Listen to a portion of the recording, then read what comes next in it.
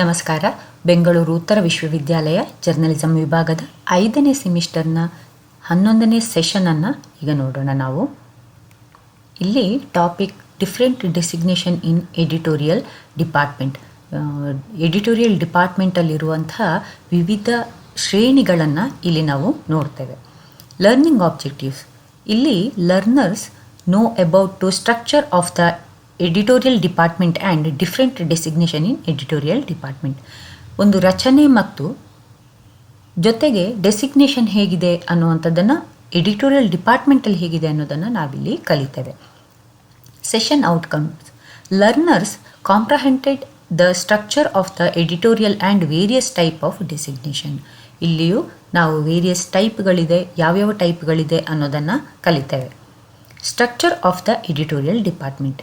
A top of the editorial hierarchy ranks the editor or an editor-in-chief who plans and directs the day-to-day operation.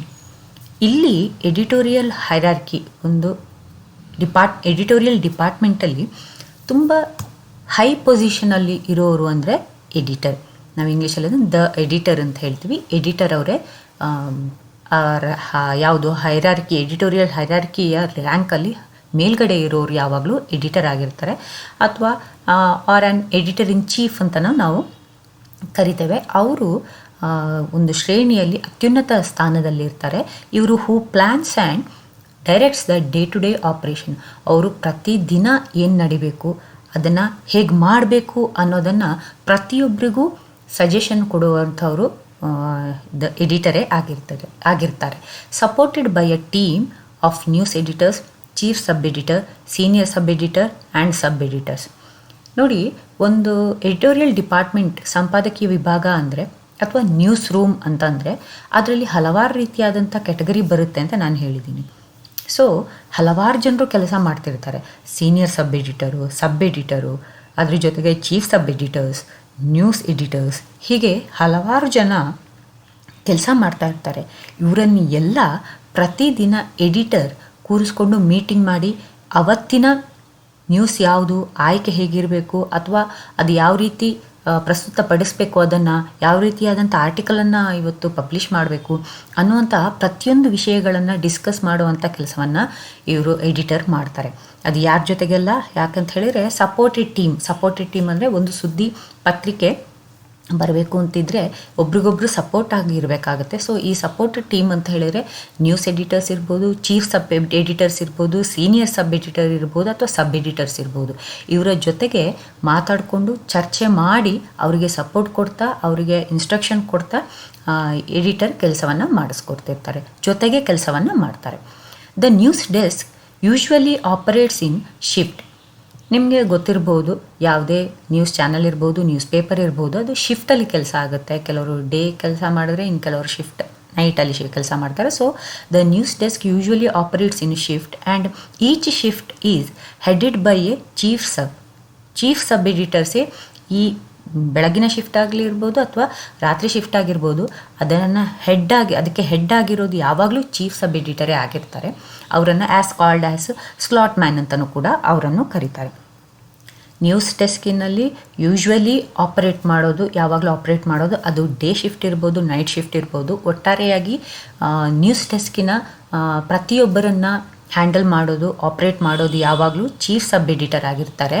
ಅವರನ್ನು slot man ಅಂತಲೂ ಕೂಡ ಕರೀತಾರೆ. Ideally in a news paper it is the news editor who plans and direct page making. ಇವರು page making ಅನ್ನು ಮಾಡುವಂಥದ್ದು, ಮುದ್ರಣಕ್ಕೆ ಒಂದು ಪೇಪರನ್ನು ಪೇಜನ್ನು ಮಾಡುವಂಥದ್ದು, page making ಮಾಡುವಂಥದ್ದು, ಜೊತೆಗೆ ಮುದ್ರಣಕ್ಕೆ ಹೋಗುವಂಥ ಪೇಜ್ ಮೇಕಪ್ಪನ್ನು ಮಾಡುವಂಥದ್ದು, ಮುದ್ರಣಕ್ಕೆ ಪ್ರತಿಯನ್ನು ಸಿದ್ಧ ಮಾಡುವಂಥ ಕೆಲಸವನ್ನು ಕೂಡ ಮಾಡುವಾಗ ಅದೆಲ್ಲ ನ್ಯೂಸ್ ಎಡಿಟರ್ಸ್ ಪ್ಲ್ಯಾನ್ ಮಾಡಿಕೊಂಡು ಅಲ್ಲಿ ಮಾಡ್ತಾರೆ. Structure of the editorial department. Editor main ಆಗಿ ಬರ್ತಾರೆ. ಅವ್ರ ಎಡಿಟರ್ನ ಅಂಡರಲ್ಲೇ ರಿಪೋರ್ಟಿಂಗ್ ಸೆಕ್ಷನ್ ಅಂತ ಬರುತ್ತೆ. ಈ ಕಡೆ ನೀವು ಇಲ್ಲಿ ರಿಪೋರ್ಟಿಂಗ್ ಸೆಕ್ಷನ್ ಅಂತ ಬರುತ್ತೆ. ಫಸ್ಟ್ ಮೇನ್ ಎಡಿಟರ್ ಬರ್ತಾರೆ, ಅವರ ಕೆಳಗೆ ಇಲ್ಲಿ reporting section plus editing section ಅಂತ 2 ಸೆಕ್ಷನ್ಗಳು ಬರ್ತವೆ ಬೇರೆ ಬೇರೆ. Reporting section, editing section. Reporting ಸೆಕ್ಷನಲ್ಲಿ ಮೊದಲಿಗೆ ಬ್ಯೂರೋ ಚೀಫ್ ಬರ್ತಾರೆ. ನಾನು ಹಿಂದಿನ ಸೆಷನಲ್ಲೇ ಬ್ಯೂರೋ ಚೀಫ್ ಅಂದರೆ ಏನು ಅಂತ ಹೇಳಿದ್ದೀನಿ. ಅವರು ಒಂದು ಪತ್ರಿಕೆಯಲ್ಲಿ ಪಬ್ಲಿಷ್ ಆಗುತ್ತೋ ಅಲ್ಲಿರ್ತಾರೆ. ಪ್ಲಸ್ ಅಲ್ಲಿಂದ ಅವರು ಎಲ್ಲ ತಮ್ಮ ಕೆಲಸ ಕಾರ್ಯಗಳನ್ನು ಮಾಡ್ತಿರ್ತಾರೆ. ಸೊ ಬ್ಯೂರೋ ಚೀಫ್ ಅಂದರೆ ಏನು ಅಂತ ನಿಮಗೆ ಗೊತ್ತು. ಅವರ ಅಂಡರಲ್ಲಿ ಚೀಫ್ ರಿಪೋರ್ಟರ್ಗಳು ಬರ್ತಾರೆ. ಇವರು ಚೀಫ್ ರಿಪೋರ್ಟರ್ಗಳು ಏನು ಮಾಡಬೇಕು ಅನ್ನೋದು ನಿಮಗೆ ಹೇಳಿದ್ದೀನಿ, ನಾನು ಹಿಂದಿನ ಸೆಷನಲ್ಲೇ ಹೇಳಿದ್ದೀನಿ. ಸೀನಿಯರ್ ರಿಪೋರ್ಟರ್ಸ್ ಇರ್ತಾರೆ. ಸ್ಪೆಷಲ್ ಫಾರಿನ್ ಕರೆಸ್ಪಾಂಡೆನ್ಸ್ ಅಂದರೆ ಅವರು ಫಾರಿನ್ಗೆ ಹೋಗಬೇಕಾಗಿರುವಂಥದ್ದು ಪ್ಲಸ್ ಅಥವಾ ಫಾರಿನ್ನಿಂದ ಅವರು ನಮಗೆ ಮಾಹಿತಿಯನ್ನು ಕೊಡುವಂಥ ಕೆಲಸವನ್ನು ಮಾಡ್ತಾರೆ. ಒಂದು ಡೆಲ್ಲಿ ಅಂತ ಮೇಜರ್ ಸಿಟಿಗಳಲ್ಲಿ ಇರ್ತಾರೆ, ಅಥವಾ ಅವರು ಫಾರಿನ್ನಲ್ಲೇ ನಮ್ಮ ದೇಶ ಬಿಟ್ಟು ಹೊರದೇಶದಲ್ಲಿ ಇದ್ಕೊಂಡು ಆ ಹೊರದೇಶದ ಮಾಹಿತಿಯನ್ನು ಸುದ್ದಿಯನ್ನು ಕೊಡುವಂಥ ಕೆಲಸವನ್ನು ಮಾಡ್ತಾರೆ. ಇವರನ್ನು ನಾವು ಸ್ಪೆಷಲ್ ಅಥವಾ ಫಾರಿನ್ ಕರೆಸ್ಪಾಂಡೆಂಟ್ ಅಂತ ಕರೀತಾರೆ. ಮೇನ್ ವಿಷಯಗಳನ್ನೆಲ್ಲ ಅವರಲ್ಲಿಂದ ರಿಪೋರ್ಟ್ ಮಾಡ್ತಾರೆ. ರಿಪೋರ್ಟರ್ಸ್ ನಿಮಗೆ ಹಿಂದಿನ ಸೆಷನಲ್ಲೆಲ್ಲ ಹೇಳಿದ್ದೀನಿ. ರಿಪೋರ್ಟರ್ಸ್ ಅಂದರೆ ಯಾರು ಅನ್ನೋದು ನಿಮ್ಗೆ ಈಗಾಗಲೇ ಗೊತ್ತಾಗಿದೆ. ಟ್ರೈನಿ ರಿಪೋರ್ಟರ್ಸ್ ಕೂಡ ಇವರ ಅಂಡರಲ್ಲೂ ಬರ್ತಾರೆ. ಈ ಟ್ರೈನಿ ರಿಪೋರ್ಟರ್ಸ್ಗಳನ್ನು ನೋಡ್ಕೊಳ್ಳೋದು ಈ ರಿಪೋರ್ಟರ್ಸ್ ಆಗಿರ್ತಾರೆ. ರಿಪೋರ್ಟಿಂಗ್ ಸೆಕ್ಷನಲ್ಲಿ ಬ್ಯೂರೋ ಚೀಫ್ ಅವರೇ ಹೆಡ್ ಆಗಿರ್ತಾರೆ. ಇವರಿಗೆಲ್ಲರೂ ಕೆಲಸ ಅಸೈನ್ ಮಾಡೋದು ಅವರೇ ಆಗಿರ್ತಾರೆ. ಆದರೆ ಈ ಟ್ರೈನಿ ರಿಪೋರ್ಟ್ಗಳನ್ನು ತಿದ್ದುವಂಥ ಹೇಳುವಂಥ ಕೆಲಸ ರಿಪೋರ್ಟರ್ ಮಾಡಿರ್ತಾರೆ. ಟ್ರೈನಿ ರಿಪೋರ್ಟರ್ಗೂ ಇಲ್ಲಿ ಸೀನಿಯರ್ ರಿಪೋರ್ಟರ್ಸು, ಚೀಫ್ ರಿಪೋರ್ಟರ್ಸು ಅವರ ಕೆಲಸಗಳನ್ನು ಅಸೈನ್ ಮಾಡಿರ್ತಾರೆ. ಪ್ಲಸ್ ಅವರ ತಪ್ಪುಗಳನ್ನು ಕರೆಕ್ಷನ್ ಮಾಡಿರ್ತಾರೆ, ಅವರಿಗೆ ಸಜೆಷನನ್ನು ಕೊಟ್ಟಿರ್ತಾರೆ, ಮಿಸ್ಟೇಕ್ಗಳನ್ನು ಸರಿ ಮಾಡಿರ್ತಾರೆ. ಅಂಥ ಕೆಲಸಗಳನ್ನು ಇಲ್ಲಿ ಮಾಡಿರ್ತಾರೆ. ಚೀಫ್ ರಿಪೋರ್ಟರ್ಸು, ಸೀನಿಯರ್ ರಿಪೋರ್ಟರ್ಸು ಯಾವಾಗಲೂ ರಿಪೋರ್ಟ್ಗಳನ್ನು ತಿದ್ದುವಂಥ ಕೆಲಸಗಳನ್ನು ಇಂಥದ್ದನ್ನೆಲ್ಲ ಕರೆಕ್ಷನ್ ಮಾಡುವಂಥದ್ದು, ಯಾವ ಸುದ್ದಿ ಮೊದಲು ಬರಬೇಕು ಅನ್ನೋದನ್ನೆಲ್ಲ ಈ ಚೀಫ್ ರಿಪೋರ್ಟರ್ಸ್ ಎಲ್ಲ ಡಿಸೈಡ್ ಮಾಡಿಕೊಂಡು, ಬ್ಯೂರೋ ಚೀಫ್ ಮತ್ತು ಚೀಫ್ ರಿಪೋರ್ಟರು, ಸೀನಿಯರ್ ರಿಪೋರ್ಟರ್ಸ್ಗಳೆಲ್ಲ ಡಿಸೈಡ್ ಮಾಡಿಕೊಂಡು ಅದನ್ನು ಪ್ರಿಂಟಿಗೆ ಕೊಡುವಂಥದ್ದು. ಇಲ್ಲಿ ಎಡಿಟಿಂಗ್ ಸೆಕ್ಷನಲ್ಲಿ ನ್ಯೂಸ್ ಎಡಿಟರ್ ಪ್ರತಿಯೊಂದು ಪತ್ರಿಕೆಯಲ್ಲಿ ಬರುವಂಥ ಪ್ರತಿಯೊಂದು ನ್ಯೂಸ್ಗೂ ಇವರು ಜವಾಬ್ದಾರಿಯಾಗಿರ್ತಾರೆ. ನ್ಯೂಸ್ ರೂಮಲ್ಲಿ ನಡೆಯುವಂಥ ಸುದ್ದಿ ಕೊಠಡಿಯಲ್ಲಿ ನಡೆಯುವಂಥ ಪ್ರತಿಯೊಂದು ಕೆಲಸ ಕಾರ್ಯಗಳಿಗೆ ಇವರೇ ಜವಾಬ್ದಾರರಾಗಿರ್ತಾರೆ. ಅದರ ಜೊತೆಗೆ ನ್ಯೂಸಿನಲ್ಲಿ ಬರುವಂತಹ ಪ್ರತಿಯೊಂದು ಸುದ್ದಿಗೆ ನ್ಯೂಸ್ ಎಡಿಟರೇ ಜವಾಬ್ದಾರಿಯಾಗಿರ್ತಾರೆ, ಹೊಣೆಯನ್ನು ಹೊರ್ತಿರ್ತಾರೆ. ಚೀಫ್ ಸಬ್ ಎಡಿಟರು ಕೂಡ